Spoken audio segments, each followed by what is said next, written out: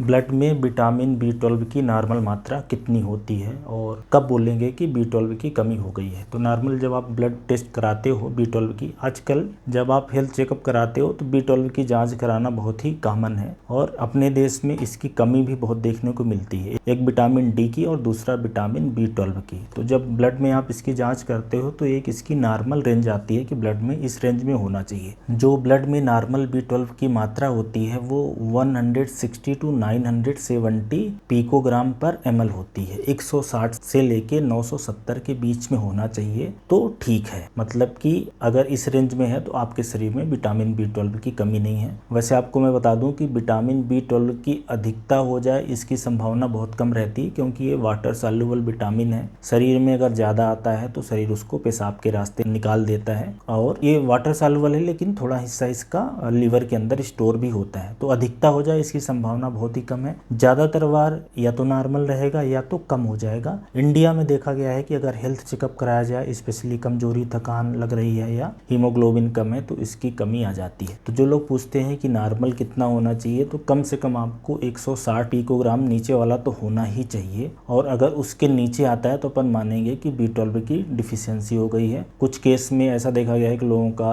60, 70, 80, 90, 40, 50 इस रेंज का भी हो जाता है, तो ये कम माना जाएगा, काफ़ी कम माना जाएगा। इसके लिए फिर इंजेक्शन है, दवाइयाँ हैं या कुछ खाने हैं जिसमें विटामिन B12 होता है, वो सलाह दी जाती है। तो अगर आपने अपनी जांच कराई और B12 की नॉर्मल मात्रा जानना चाहते हैं तो आपको 160 पिकोग्राम पर ml से ऊपर रखने की ज़रूरत है। अब एक बात आपको बता दूं कि इंडिया में इसकी डिफिशियंसी इसलिए ज़्यादा कॉमन है कि ये जो वेज खाना होता है उसमें विटामिन B12 नहीं मिलता। जो नॉन वेज खाना होता है, जो दूध होता है, वो चूंकि एनिमल से आता है, अपन उसको वेज मानते हैं लेकिन वो एनिमल ओरिजिन का है। तो दूध और दूध से बने प्रोडक्ट में होता है या तो मीट में, अंडे में, मछली में, चिकन, मटन, इन सब में होता है। जो हमारी सब्जियां हैं, सलाद हैं, अन्न हैं, बीन्स हैं, लेग्यूम्स, इन सब में नहीं होता। मतलब दाल, चावल, रोटी, सब्जी में विटामिन B12 नहीं होता। इसलिए अपने देश में महिलाओं में इसकी काफ़ी कमी होती है। स्पेशली ऐसी महिलाएं जैसे कि गर्भवती महिलाएं हो या ऐसी महिलाएं जिनकी उम्र ज़्यादा हो, जिनको अच्छे से खाना मिल ना रहा हो, ऐसे में काफ़ी ये कॉमन हो जाती है। तो B12 की डिफिशियंसी है तो एक तो आप डॉक्टर से लिखवा के टैबलेट कैप्सूल ले सकती हैं, वो आसान तरीका है जल्दी शरीर में बढ़ाने के लिए। दूसरा, इसका इंजेक्शन भी आता है, वो भी लगवा सकते हैं। और तीसरा तरीका ये है कि अगर लंबे समय तक इसको आपको मेंटेन रखना है तो ऐसे खाने का चुनाव करें जिसमें विटामिन B12 होता है। तो नॉन वेज खाते हैं तो कोई प्रॉब्लम नहीं है, तब तो विटामिन B12 की डिफिशियंसी होना काफ़ी